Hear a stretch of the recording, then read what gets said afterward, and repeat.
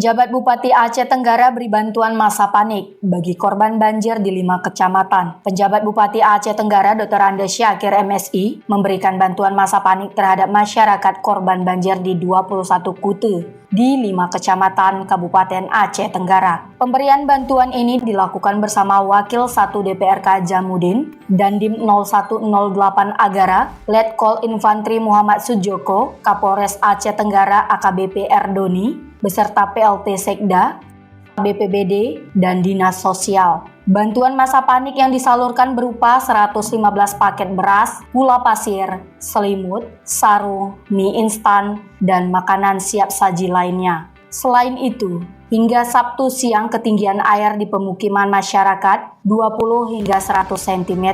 Meski demikian, masyarakat masih bertahan di rumah masing-masing. Tim Liputan Dinas Kominfo Aceh Tenggara.